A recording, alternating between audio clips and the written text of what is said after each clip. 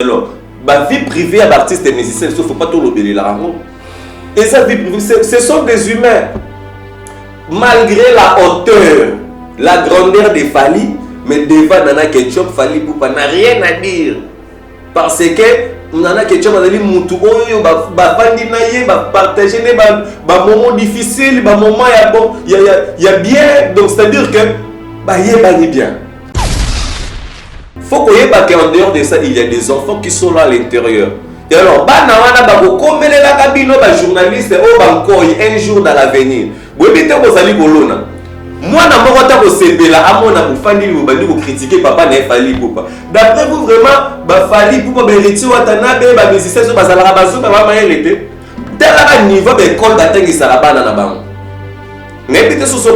C'est-à-dire que le chroniqueuse, vous avez le minimum du respect. Nana Ketchup, c'est déjà une infraction. Parce que c'est une femme reconnue dans une famille et puis dans l'État. Applaudissez pour Nana Ketchup, des millions de gens. Il faut la précision. VIP Bafana.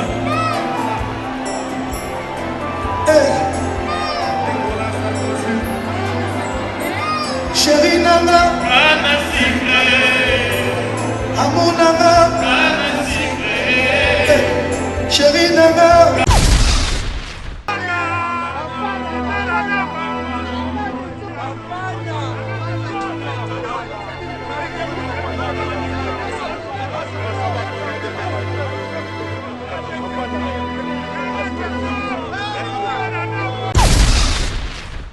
Fally, si vous faites le contexte à musicien, tout qui est responsable. C'est une père de la famille, c'est responsable.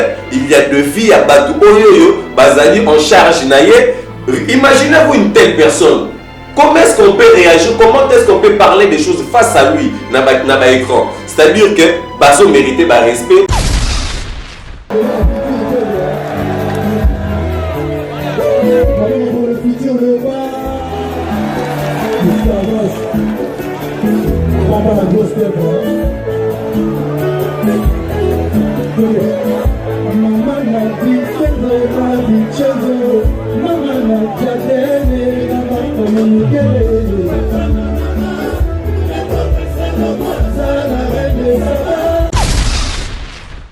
Tandis que Ferregola, le padre José Deniers, que je salue en passant, a l'album Harmonie ou Abeti, ou album urbain. Comment, s'il vous plaît, comment artiste étant préparé Maramnaye, Abirio et Olobani, que Bozo, Tozo, Télémela. Donc vous êtes contre Ferregola. René Abiri Ndaza contre artiste et musicien Moroté et surtout René Abiri sur le poids dans la mingi vraiment tant soit à comparaison à artiste au Bazali international. Mais sinon il faut savoir musique urbaine et zali musique qui a battu au Baïli Koye Maté. Si vous avez ça là, Nzembo Fally Yemba na droit chez peut-être Orgazi. Voilà. Sotali ndenge Orgazi betaka. Nanzembo Fally Yembi na garçon ala nani.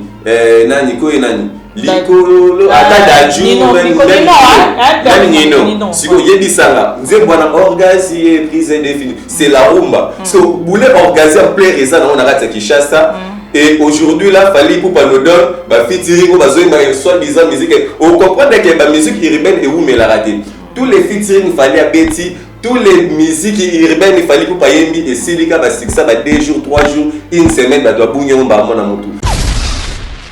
Vous aurez critiqué Fally Ipupa dans le baraque non il faut arrêter d'abord kobeta ba featuring na ba artiste et musicien on entend featuring na Akon featuring na R Kelly et puis c'est le côté mais banzembu ya yemo ko Fally Ipupa ya kala. Si le lot c'est-à-dire que Fally doit faire mon mouvement chamanitique à moi si à retrouver ba icône ba grand au bazar encore en vie aïe mana bango ça fera de Fally encore un grand temps.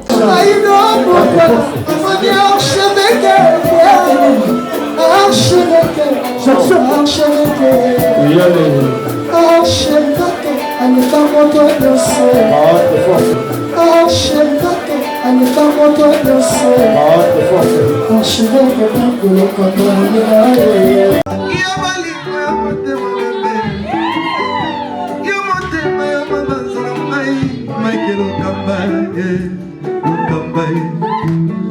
Okamba, Michael Okamba, Michael Okamba,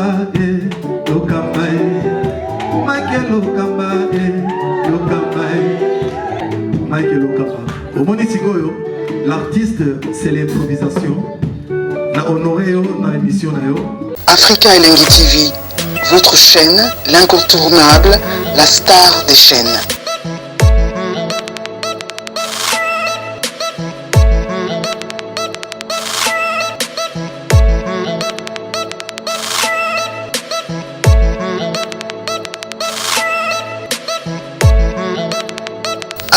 Africa Elengi TV, la magie de l'info.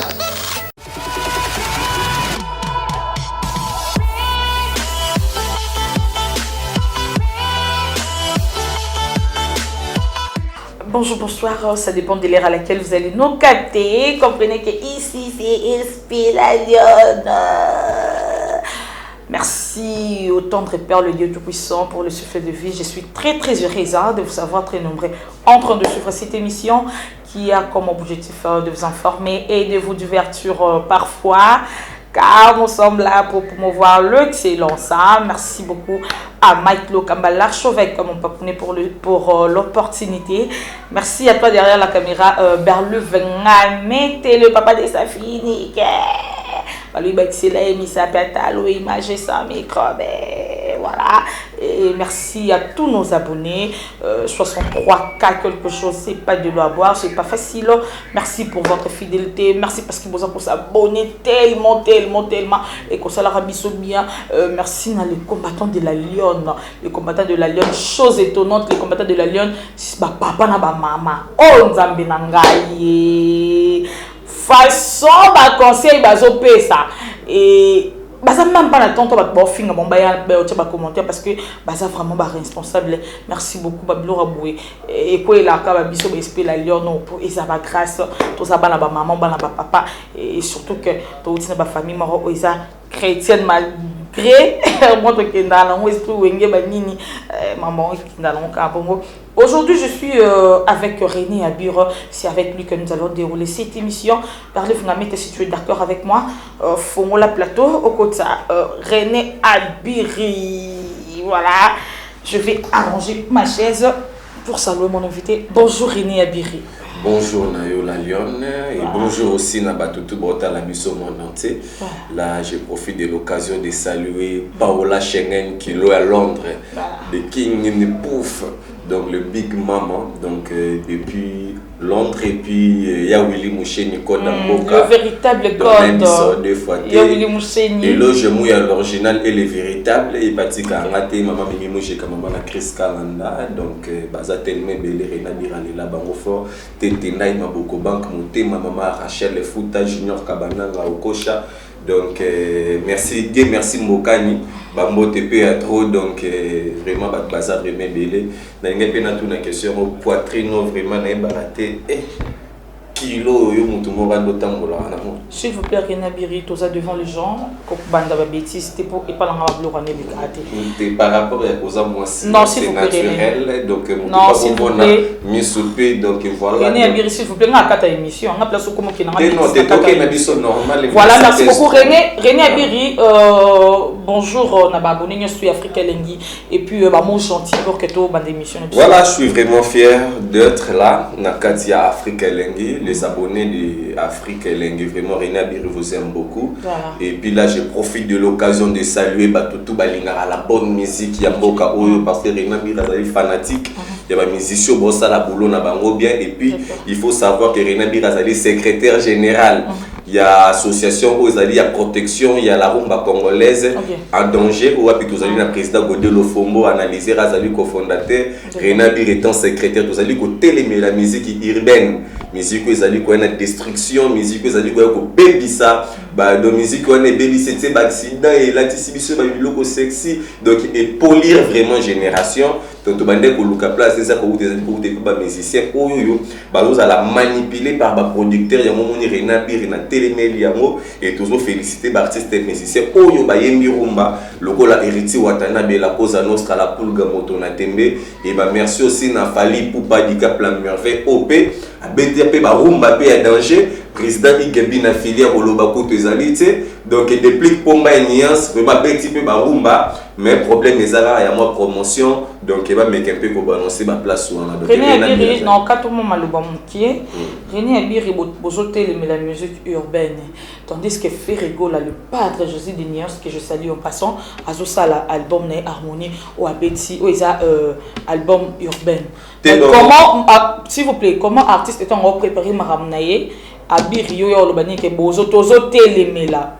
Donc vous êtes contre Ferrego là. T'es bon, René Abiri ndaza contre artiste et musicien mon côté et surtout René Abiri sur le poids dans la mingi vraiment tant soit comparaison à artiste au bazali international. Mais sinon il faut savoir musique urbaine et zali musique ya bato ba yebi koye maté.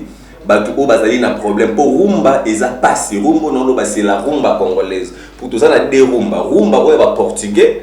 Tous allez na la rumba congolaise que zali ya biso ba congolais ou banda na 1930 awa na kati ya ville de Kinshasa pour tous allez pour musique urbaine les musique mon facile premièrement to que non malembe les allez mélange ya ba culture ndé epesi musique urbaine mais tandis que na kati ya Congo tous allez au moins na 400 et quelques tribus vous les plus de 400 quelques tribus na mboka bazali na style ya musique na bango puisque biso siko na Kinshasa tous allez na rumba rumba vous allez ko dominer ou tous allez ko luka ba effort et comme musique internationale siko ba musicien ou bazali ba mandian na ba musicien mutu bazali ko utiliser bango ba producteur ya ngona moto lobi la musique urbaine envahisse nos assiettes tous allez contre ya musique urbaine et même libiso insanité na kati ya musique ou ka moto zolo ba bêtise alali la muki bebu a comme musicien et ça na sens te oka na kati ba clip na bango ce n'est pas à regarder avec les enfants congolais. Vous comprenez? Ce n'est pas regarder autant la clip où mon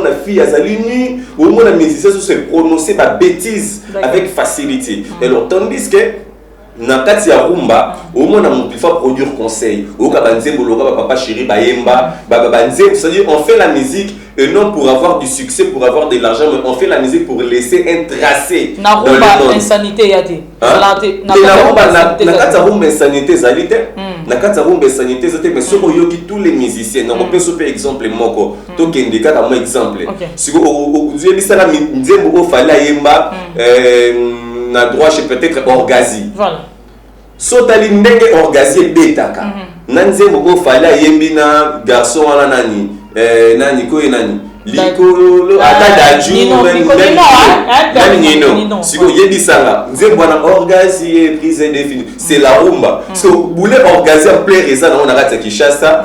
Et aujourd'hui là Fally Ipupa nous donne ba featuring ba zoinga soit bizarre musique on comprend que la musique urbaine et où mais la raté tous les featuring Fally à Betty tous les musiques urbaines il fallait pour payer et silika ba ça ba 2 jours 3 jours une semaine ba doit bounya mba mona mutu mais tandis que ba rumba ya Fally yemba kala ya monde et beta na ba boîte ya monde eza en plaire c'est-à-dire que musicien na biso Fally Ipupa c'est-à-dire à perdre moi contrôle il faut Fally perdre contrôle à perdre moi contrôle comme si Fally licolo comme si Fally comme ça Fally Ipupa licolo c'est la rumba c'est la base c'est le chacho vous avez pas c'est le nombolo il y a biloko wana c'est-à-dire que musique urbaine toyebeli Fally Ipupa na ngote c'est aussi avec Héritier Watanabe sotali Héritier Watanabe bien vous comprenez que depuis na kati wenge musique à maison mais après ça biso banzema ba wenge yango moni ebela ba musicien o nazala na wenge musique à maison mais au sale le côté oyembe le côté parce que olandaki lokola banani ba musique basali ba vier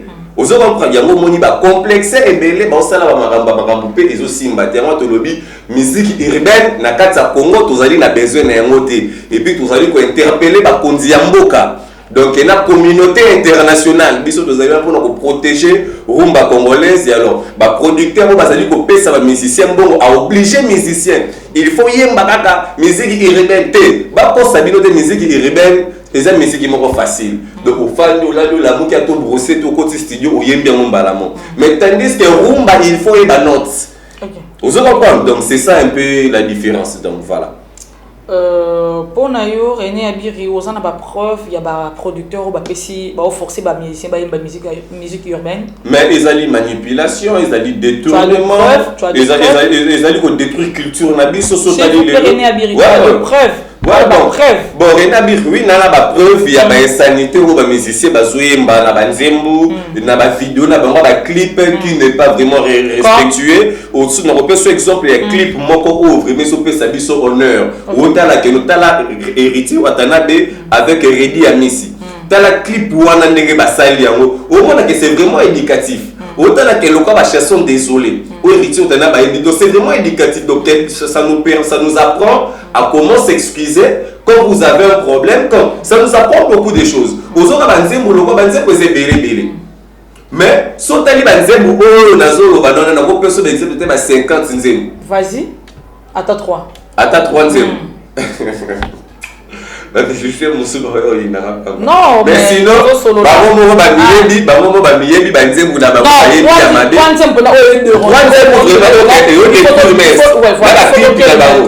voilà. Il faut donc la musique urbaine. Vas-y. Soki na tanga bakati ko beta. Bango moko ba yembi ke donc eza na ba producteur na ba tumsu ba pesi ba mbongo ba yemba ba nzembu ba kotisa population na kati ya distraction. C'est le contraire en tout cas. Nous les contraires. Na pouvez bien les contraires. Na nzembo musicien ga moko. Adami balé mi 4 yo bit 50 yo. Bah vas-y.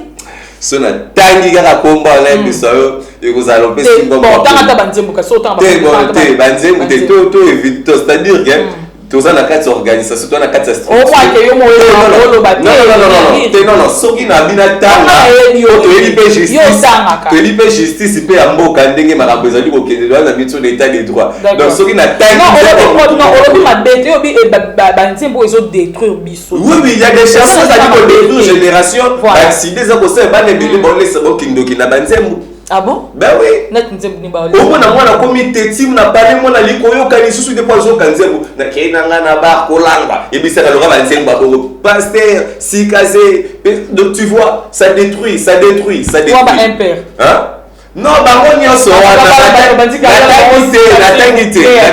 natangi na nga bango te na problème te na bandeko na nga ba impère na problème na bango te mais natangi na lokumba mutu te mais bayeba ke na prochaine émission na yaka na plateau no a na kotanga ba kombo na banzembu na bango oyo bazali ko détruire mers donc yango wana tolingi ngo te tolingi ba musicien ba beta ba rumba olinga koyemba yemba rumba histoire ya musique urbaine bossa na yango toza na besoin musique urbaine te musicien moko te abonga pe na musique urbaine ba flavo ba bonga na ba musique ya mboka na bango ba mettre ba nani oyo ce qui fait la force de Maître Gims c'est quoi ezali parce que azo beta musique ya ba français et puis à multiplier que non va au-delà.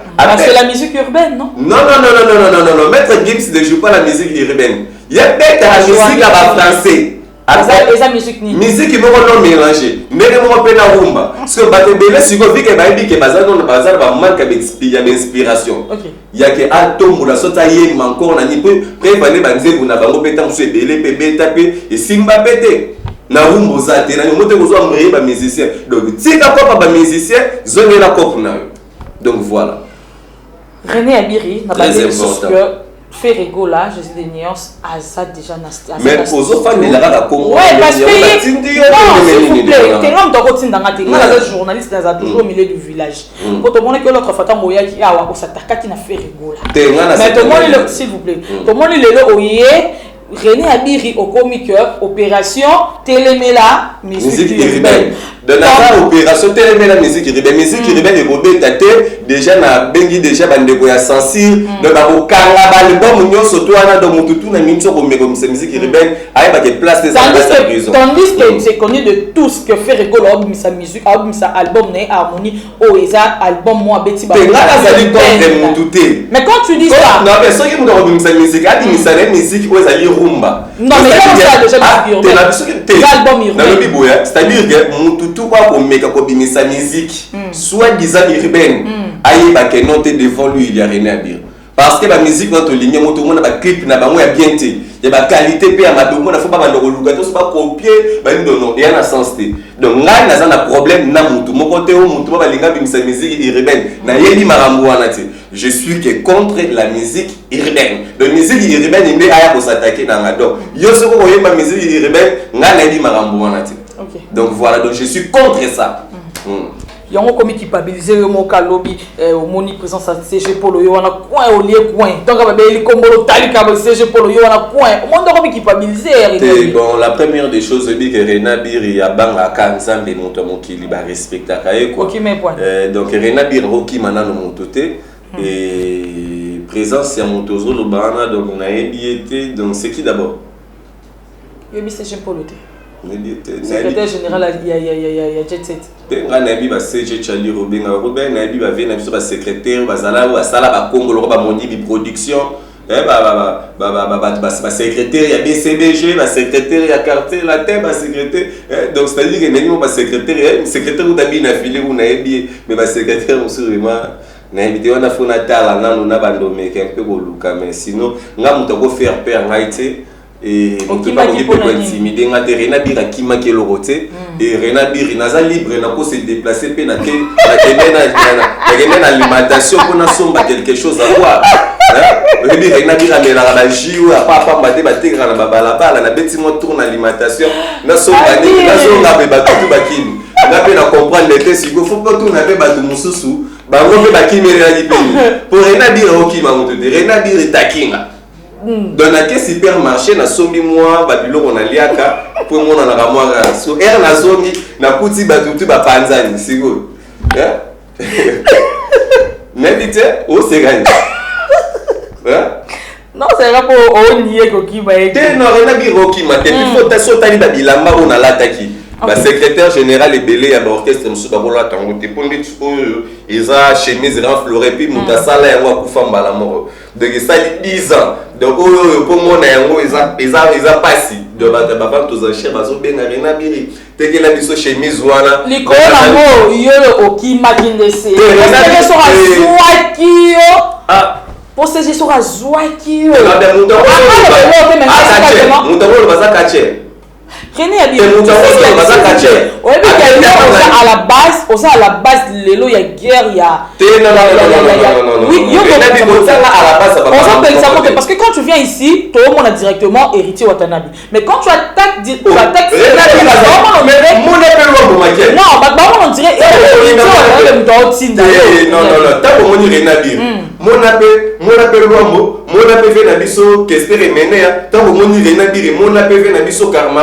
mon appel Kofelo Mide, mon appel Fali Poupa. Parce que toi tu viens, tu défends héritier Watanabe. Non, moi je défends, je suis fanatique, le rôle est fanatique, il y a surtout. Ndenge fanatique, moi quand il y a un finga leader, ndenge si Rena Bir razo c'est la première colonne à Kofelo Mide fort. Non, c'est la première colonne à moi banzer ou pas Fali Poupa fort. Ozo va sinon ce qui na moni mutu. A finga leader on a non c'est la naïe. Donc yebisanga. Donc il y a tant aussi courage au finga. Donc pour les mukilio ba fandi batale la okaka. Yebisanga. Non, Rena Bir peut na défendre peut tant super dans le lobby bon. Bien sûr, c'est déjà le passé ngana mona ki batu ba fingi. Mais après Rena Bir l'équipe a réencadré. Mais sinon Rena Bir n'a pas les problèmes avec un artiste et musicien congolais soi-disant ce qui peut aller n'unité. Mais sinon Rena Bir donc azara tant sur moi problème car il y a mon quelqu'un dans moi musicien mon boya mboka. Est-ce que les musiciens ont vraiment depuis à Banda, est-ce qu'il y a un concert à $100? Mais c'est qui le musicien en question? Ah, on se pose aussi tous les questions. Non, il y a des fois, parce que il y a un problème ici. La réponse en soi. Mais sinon, mon indexing a vraiment Rena Bir pour un problème, il faut monter à la non le Rolanga. Vous comprendre, il faut monter à le Rolanga et puis pour mon Rena Bir na tambola non na bureau ba réfléchir ça non makasi.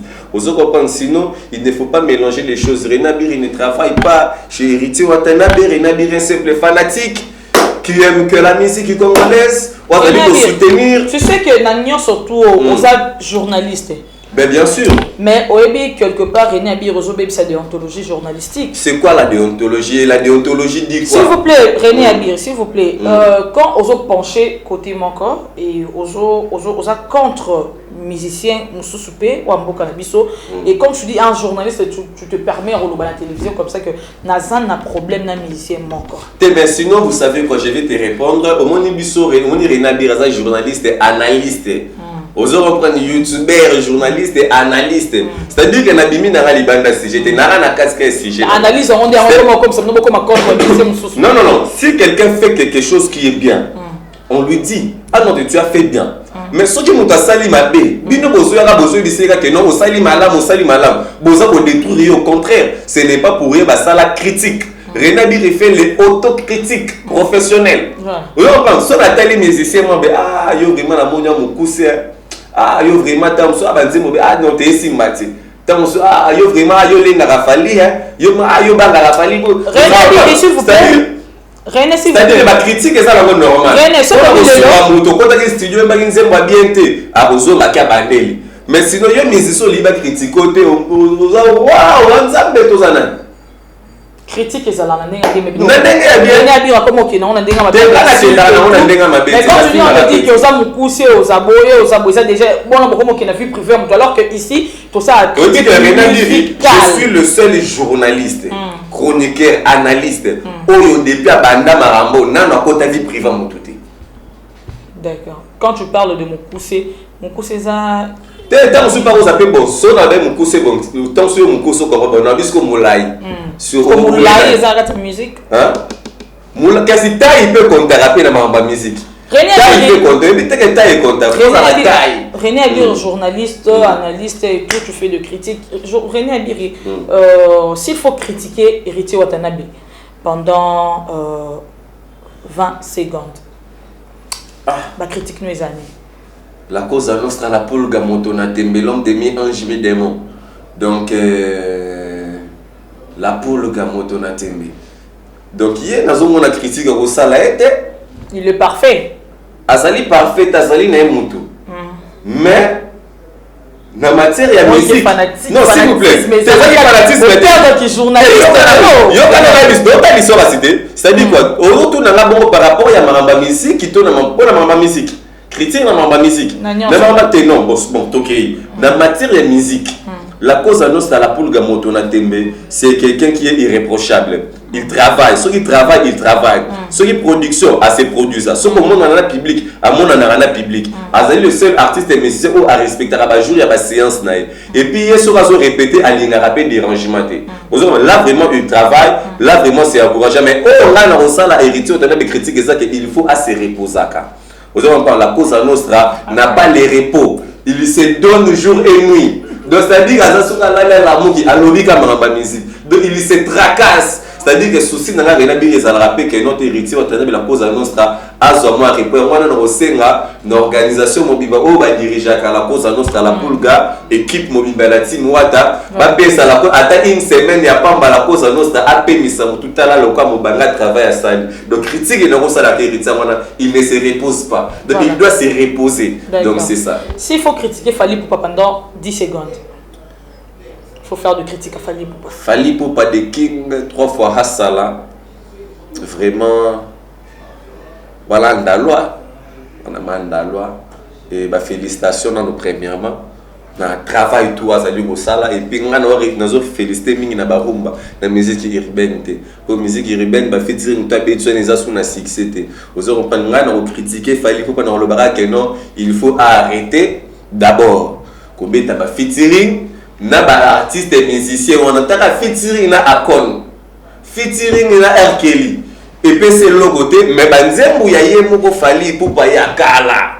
Si le lot c'est-à-dire que Fally doit faire mon mouvement champ magnétique azongana na moi simam aluka ko retrouver ba icône ba grand au bazar encore en vie ayemba na bango ça fera de Fally encore un grand homme. Donc c'est ça.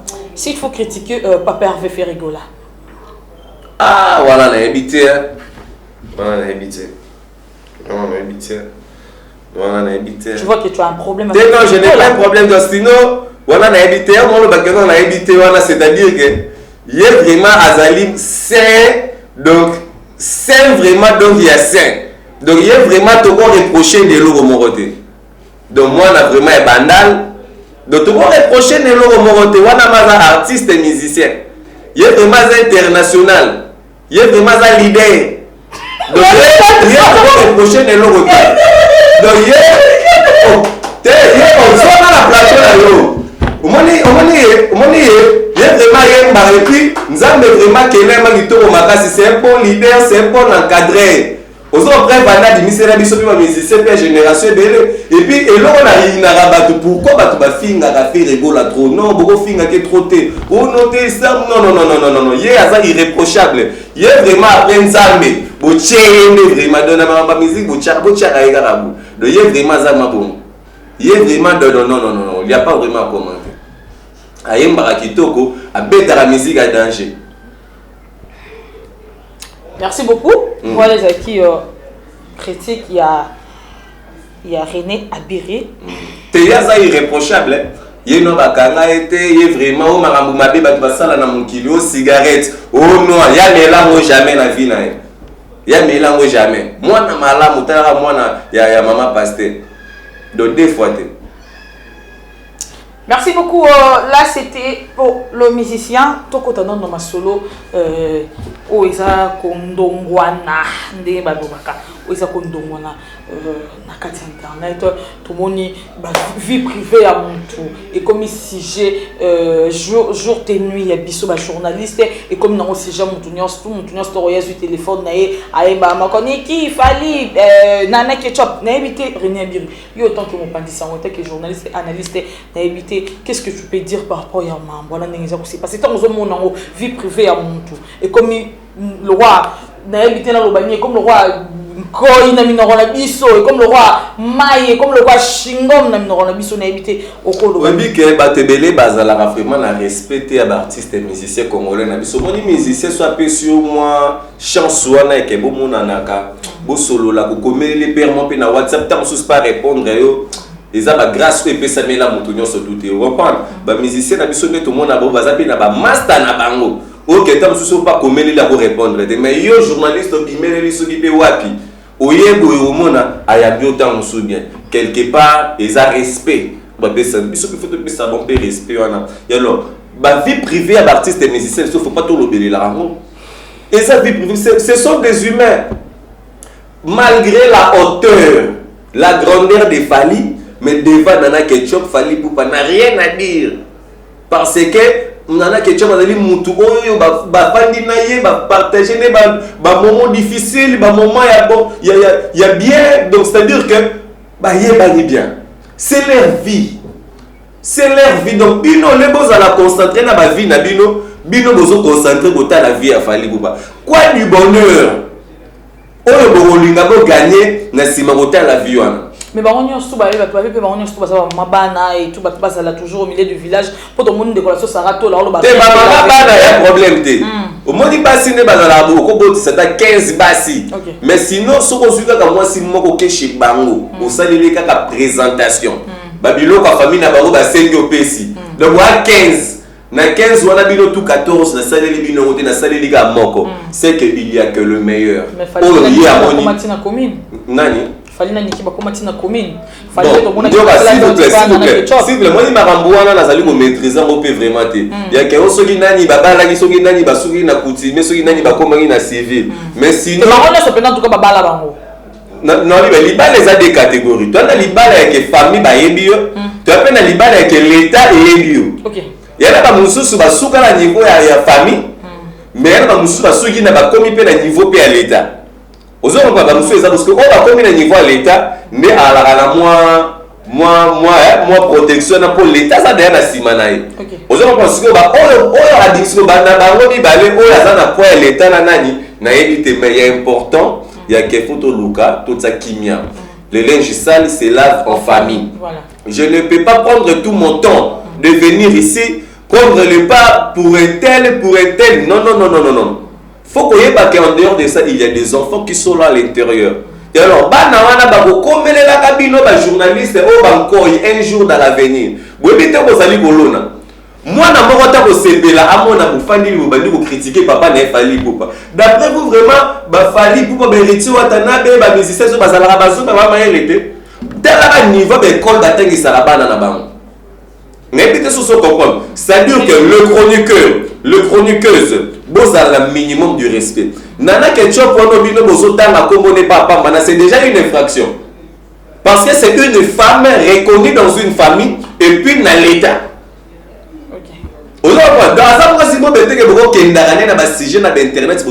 N'importe quoi. Bon, ça a vraiment un minimum du respect envers maman Nabiso Nana Ketchup. Et puis, il fallait si vous faites le contexte à la musicien, toi qui es responsable. C'est une perte de la famille, c'est responsable. Il y a de vie à Batou Oyoyo, Bazali en charge naïe. Imaginez-vous une telle personne.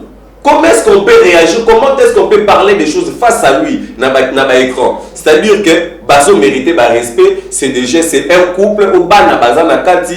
Beaucoup de respect. Moi, Renabiri, je me réserve par là. Naza vraiment na aimabilité. Il y a qu'à répondre à une question concernant vie privée. Il y a artiste Fally Ipupa du Cap La Merveille. Donc c'est vraiment ça. Bandeko ba journaliste c'est respecté. Pour na mikoloya et bien ba se retrouver dans la justice na ba maramba. Voilà, merci beaucoup. On est aquí par ya René Biri par rapport à maman on est miso kindele. René Biri to lel to lamki to moni pi bande kona biso pe ka ba journaliste baza contre Karine Mokonzi o azo par ya Nana Ketchup babi Karine ko lobela Nana te parce que ce qui lelo Nana comme finga baso ben jiro finga c'est parce que Karine payaka nango à la télé tout le monde peut mourir de la presse comme on voit vidéo ni sur Karine yakalo finga Nana finga Fally finga Weranson pardon ba comme on sango na ebite René Abiro ko lobani par rapport ya mambwana bon au moins des ans Fally Ipupa ça non mona mobile surtout zomi na mukili akala donc des ana au problème te na mona mobile ko bota na 15 basi 20 basi nini boy c'est normal. Et alors, et tous, baza peta aussi na ba droit moko. Et alors, yo zali muto libanda. Koko tate ko zala pour, to ozala contre. Ozoka parfois ozaba vraiment il faut avoir vraiment ma manière, na sagesse et puis il y a des problèmes puis il y a l'éducation. Mais sinon j'aimerais dire quoi? Ba petit wana ba moura ba nani tout ça là bazo attaquer Karine Mokonzi pour azo côté de la maman Nana Ketchup. Mais faut savoir que chacun de nous a sa famille. Chacun de nous a sa relation. On ne sait pas, parce que Karine Mokonzi, c'est vraiment un camarade. Il y en a qui chopent et puis il y a un long temps. Vous avez compris? Mais donc, c'est-à-dire que et puis ce qu'il faut comprendre, ce sont des filles. Il faut comprendre que ce sont les filles. Donc, camarades, ils m'ont dit que si on a un camarade, ils m'ont dit peu importe, ça a la tort, ça a la raison. Pas humilier quelque part. C'est-à-dire que au côté là.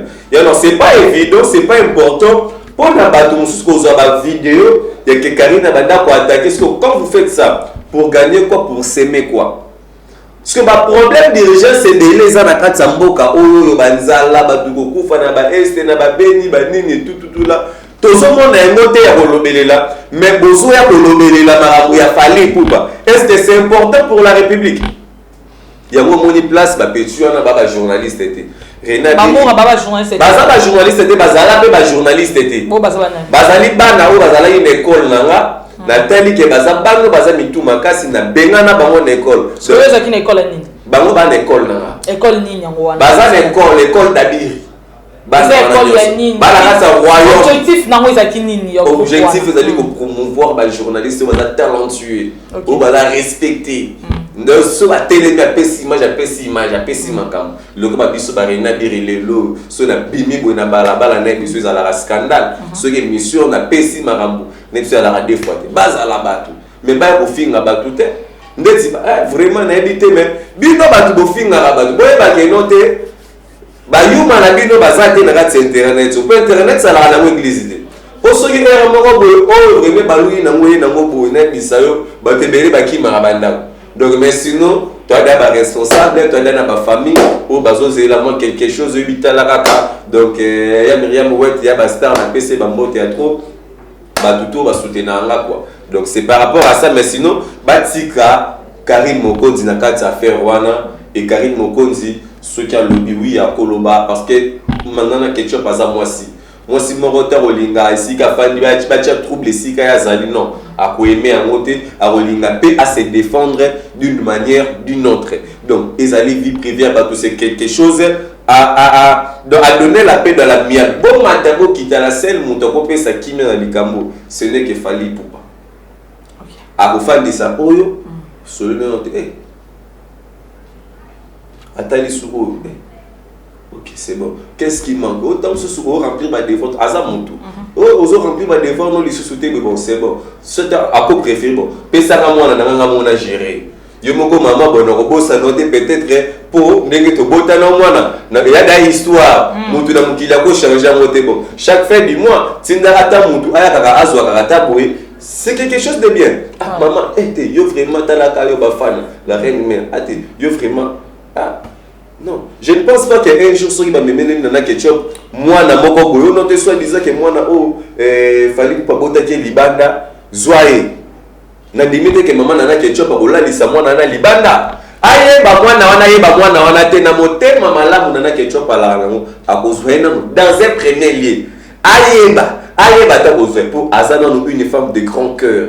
Ayebi ko yambazala na batu bien na noka témoignage ma bete ko no témoin sa Fally Ipupa abenga na ki mutu na ko sote ko ya kite na na yoka ngote mais ba musicien musu bazato yoka basango na bango basi na bonde ba benga na ba mususu na banda ko maltraita balalisa batu musu na ba balaba teli ba vérité mais maman wana vraiment c'est vraiment une femme battante et alors nga René Abiri je l'encourage toujours à garder toujours ma Kambouneka toujours Kandenge Zalaka. C'est quelque chose de bien.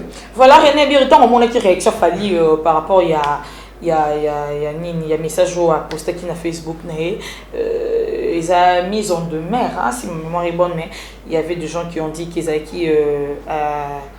a porté plainte et tout la lettre wana tant mon qui tant fallait poster qui il y a plainte contre les journalistes. Non, il y a plainte contre les journalistes et ça attends, je vais lire parce qu'il y avait des gens porter sur correction ils ont qui plainte la porter correction de mots français. Non, on va commenter ça plainte ils a planté ils a porté qui plainte ils a mis en doit mettre en garde. Voilà, mettre bon en garde. Attends, je vais voir je vais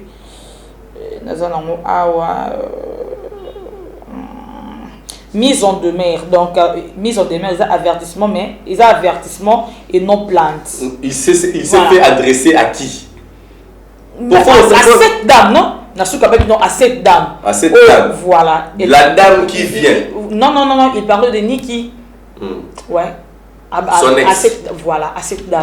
Moi je prétends que non azanzemi nangai à cette dame donc ils ont mise en demeure ils ont mise en demeure ils ont avertissement ils ont truc avec beaucoup de respect que je dois à Fally Ipupa ainsi que ils ont plainté voilà ils ont mise en demeure ils ont plainté voilà donc par rapport à mise en demeure il y a Fally Ipupa voilà avec tout le respect que je dois à la personne Fally Ipupa handicap et na famille et voire même na bananae et je n'ai pas vraiment à dire là-dessus et Fally Ipupa passer un grand et il sait déjà c'est pas aujourd'hui qu'il fallait abandonner gérer Vinae donc il sait comment donner la paix dans ce problème donc c'est ça.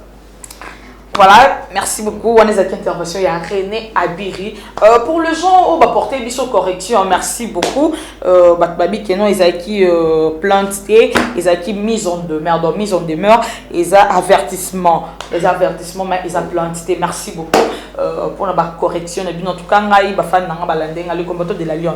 Balandenga vraiment privé. La Lyon, ils ont planté, ils ont mis en demeure. Merci beaucoup. Et parce qu'il va abonner à fait que les façons vous avez un télo. Façon pour réfléchir ça en tout cas merci beaucoup d'être là au portail c'est toujours ma correction parce que la correction nous les autres ça qui est aussi perfectionné. René Abiri mot de la fin par rapport à Yelelo par rapport à voilà Yarolobaka Keza que notre artiste et musicien congolais la cause nostra la pour Guérito Watanabe azali na mubange na concert le 16 il y a moi autozali kokota awawa dans na showbiz concert on ezali à $100. Et alors, on a invité Kabato Belo, Balingara, Perena Biri, Bato Balingara, la Cosa Nostra, Bato Balingara, la bonne musique, Baya Bayoka, très belle chanson, chorégraphie à Makasi, Robeta Mamopanzuana, na Katsia Showbiz, vous allez vraiment ébélé, vous allez nabiner ensemble depuis, billets à côté comme avant. Billets à côté comme avant, donc on a prévu, donc il faut que ce soit déjà, même à un numéro, on a rien à dire sur Bengi, donc transférer et pas le secrétaire général Charlie Robenga Robenja, yé à Koyeba, couper sa invitation na yo, donc il y a un organisé, organisation du jour, on a le 16, concert réseau à partir il y a 16h, ce n'est pas vraiment manqué d'habiter sur Gyo Kozanga, tout un sous problème à $100, et pour entrer à $100. Donc entrer à $100. Abigro qui est des pour bander en émission. Au bander il faut faire l'effort. Oui, au bander awa, tant on le bama, on a la dimi nangai pour na boyer nanga problème au bander émission. On a pas problème trop René. Ma fanatique na yo lobby ba défendre ba linga bo mingi. Donc vraiment pas $100. T'es pas foutu l'on des $100 pour y na carte à concert. Pour ozanga, tu vois quand les concerts il y a événement du monde dans les alatés. Donc concert héritier de na ba bobeta de l'euro la rena bi na bozala. Na okoti ça ta 15 personnes na bo rena bi na foutu là-bas habillé $1,500. Donc pour nazala ba tu ba linga nga mingi au sentir que ta tête ndai ba bokoba bazali voilà. On a Junior Kabananga, on a Myriam Mouette, on a Paola Schengen qui à Londres, on a Cornelia Lucie Jivet. Il y a Myriam Mouette, mais on continue à faire. Il y a Myriam Mouette, il y a Basta, vraiment Rena Biwana, ma grande sœur Nanga, sa grande sœur Oyo na Yebi, na Sima Karine Mokonzi, na Koki ko baby sa relation avec Myriam T parce que Lelo na komi ko solo na Karine Mokonzi. Donc c'est-à-dire que je dois être dans la paix avec tous. Donc, il y a Myriam, c'est important pour Nanga, Karine pas important pour Nanga. Donc, sinon, na quatre ça va bêtise, on a bandako, il y a na polémique, on dit, Tozala qui na Karine était, t'as la ligne, on a des gars. Maintenant, c'est le bien émission, il y a Malam Lobikao. Il y a d'après eux, dans le dictionnaire, n'est-ce pas ma solo en 1930, Batu Barulu Kabalanda, Smerina Bir, le solo en 1930, ma solo à Tampierioka. Oui, pourquoi on a le bien en haut? Parce que les journalistes mais aux contre Moutoumoko et pour Moutoumsous. Mais nous tous ça livre même mission. Est-ce que Nazarma contre nous? Ah oui, ma casse. Ma casse. On a conseillé ça quand on met campé au bon, c'est parce que je contre Moutou. Au milieu du village, journaliste n'a raté parce que un jour on ne sait jamais. Et voilà. Un jour, on a ça fait Moussa Nabiso. Pour Moutou. Non, Renadir n'est pas pour. Le Nabi, tu sais que ça, la rabatte, mais il est pas signé. Et on a Renadir à l'écart, mais sinon, on le la cause à Nostra. Mais pas au sein. Je travaille chez Fali. Dans le Béli, je travaille pas chez eux. Et ça que j'apprécie au Basali pour ça comme travail. À la différence. Voilà, nous sommes comme ça à la fin. J'en profite de faire de gros câlins à la Queen, puis l'offre sponsor à ma casse. Tout le monde a bon, le boss est bienvenu. Le banquier suisse, c'est Mabita qui sommes. Balobi, monté, ma champion Caps Kapanga, l'homme à la rose. Champion Caps Kapanga. Ils sont patrons René Birazolé. L'homme à la Rolls, moté ma maman bita. Mais ça des fois maman la biso na za ma boune automatique zolo climatisé. Maman mo rona biso Caps Kapanga la yema Caps Kapanga la pona été mais nzambe mo salé la choix. Donc là à la base nous ba tindeli na mokile comme malédiction mais moi c'est venu na biso Caps Kapanga maman mabita qui sombe na bisa yo des fois te donc azo bita ba moi ça za ngamba na mokile atana makanisi donc yango moni ba banda na tout bakima bakota basamba donner biso kaka yemo Caps Kapanga la vie moko ya boga vie moko ya sérieux wazali ko contrôler G na ndenga ivola mona biso Caps Kapanga la deux fois té donc ceux qui okutani nae vie échanger. Voilà, Audrey Minator, bon séjour à toi, Nakata Kinshasa, Papi Sapo, chef de ville, Lasconi Mbunzale du Padre, je te fais des gros câlins là où tu es, Nixon Boutique Mon Avière, il y a Willy mon chaîne des codes mondiales, Code d'Amboka, patron, dans le tour du monde, qui a zati quoi. Voilà, et bon, on a beau quitter, excusez moi. Merci vraiment à trop, on a PDG Bobo Beloy, merci beaucoup ya Pongo Pontia Tsangele. Merci na venanga Dodi Shungu na niveau mikili bambo théâtre Makondele donc Makondele na PC bambo théâtre donc azana na pareil ni ma sœur Grace Lomingo depuis les États-Unis déclare de force majeure cas grave na niveau ya États-Unis vraiment na mito solo laté benga donc éloge mouya l'original et le véritable. Donc, le problème est vraiment ça. Il y a 4 photos sur la solution. Willy Mouché Nico Damboka. Donc, Paola Schengen kilo à Londres. Ils sont deux fois la solution. Il y a maman Mimi Mouché, maman Chris Kalanda, les pasteurs, papi Chefou. Et merci vraiment à Binotou, de Challenger, Challenge Kalala. Et puis, merci vraiment à trop dans le marché avec Mike Lokamba. Archevêque. Donc, on a coûté vraiment le design, le vraiment des fois. Design, donc, merci vraiment à Mike Lokamba. Donc, félicitations. C'est une manière aussi de soutenir Vision Chère et chef de l'État pour tout ça fait quelque chose de bien avec Africa et voilà. Voilà, merci beaucoup à tous nos abonnés, merci à toi derrière la caméra, Berlu Femlamete, d'ici là, portez-vous bien, et bon suite de programme sur Africa LNG TV.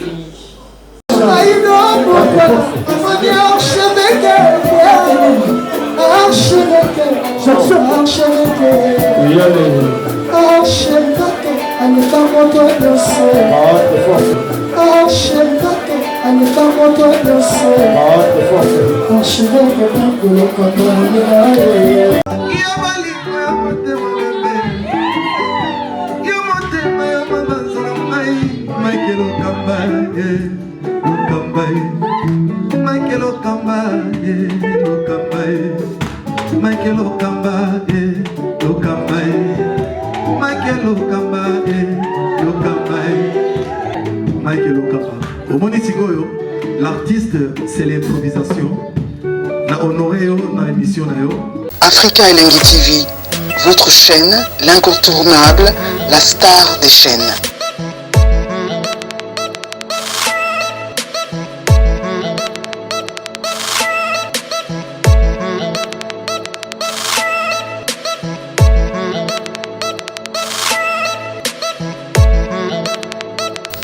Africa LNG TV, la magie de l'info.